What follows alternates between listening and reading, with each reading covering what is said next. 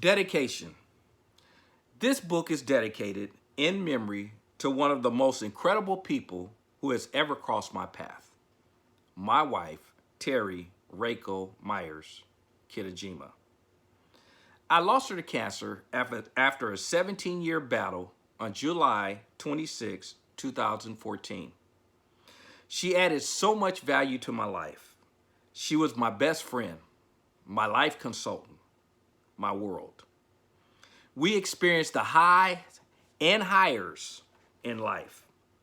Because of her, I never experienced lows. Her input in my life will show up throughout this book, and you will have the opportunity to witness a class act up close. Now, what I'm about to share with you is something that is nowhere else. No one else has this information. Majority of my family has never heard all of this. So in this package, you guys are getting ready to hear, again, I'm reading the book, but I'm gonna give you a bunch of insights on different things. This is the first one. Again, my family, majority of them don't know the story, don't know how it all occurred. But anyway, the way I met Terry was back in 1982. It was my sophomore year of college. We had gone to a club. And after the club, one of the young ladies that I knew came up to me and she said, Ron, you want to bring your family with you over to the house. There's going to be a bunch of girls there. Now, you're telling a bunch of 20, 21-year-old young men, there's going to be a house full of women. What you think is going to happen? We like, shoot, we probably going to beat you guys to the house. So we get over there. Only one young lady in the whole party has a boyfriend. It had to be maybe 12 young ladies there, but it was only one person there with a boyfriend. Terry, she's the only one. But he stayed for a brief moment and then left. But I had no idea what was going to happen. That wasn't, what took place. We just saw she was the only one there. But that wasn't where our focus was at the time. Again, we had ulterior motives. Sorry, Mom, we did.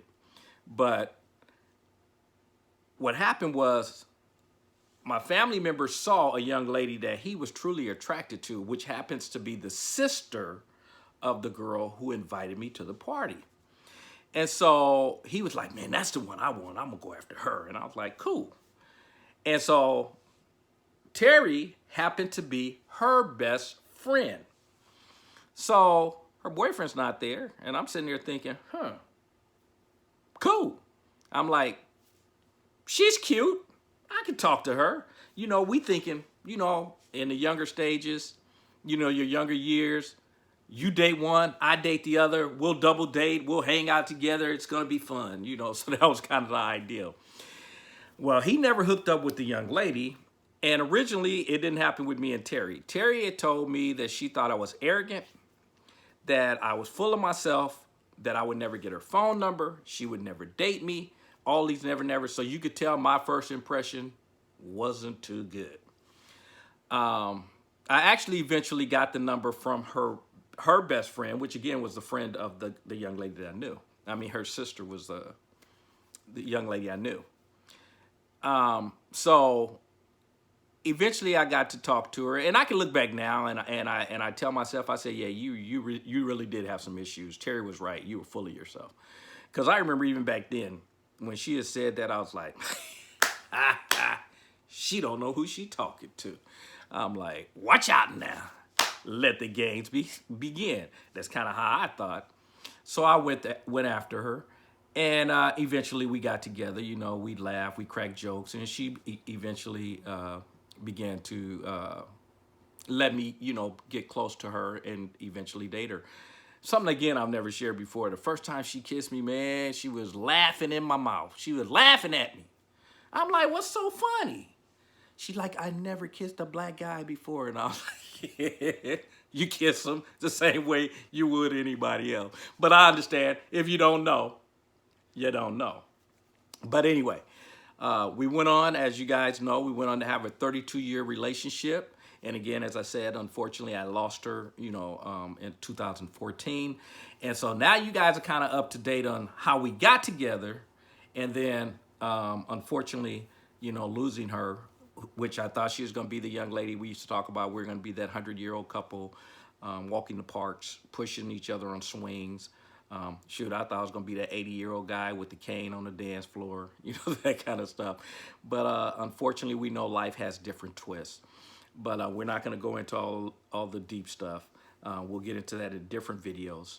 But I just want to bring you guys up to date that she is the ultimate spouse, partner, friend, whatever words you want to come up with. We went to the ball games together. We went to concerts together. People used to wonder why I didn't run with guys. I said, why? I don't drink. So there's no reason for me to hang out at the bar with a bunch of guys. I don't need to go to a strip club because my wife would do that for me. And she's my girlfriend at the time. But I was like, I don't need to go out to do that.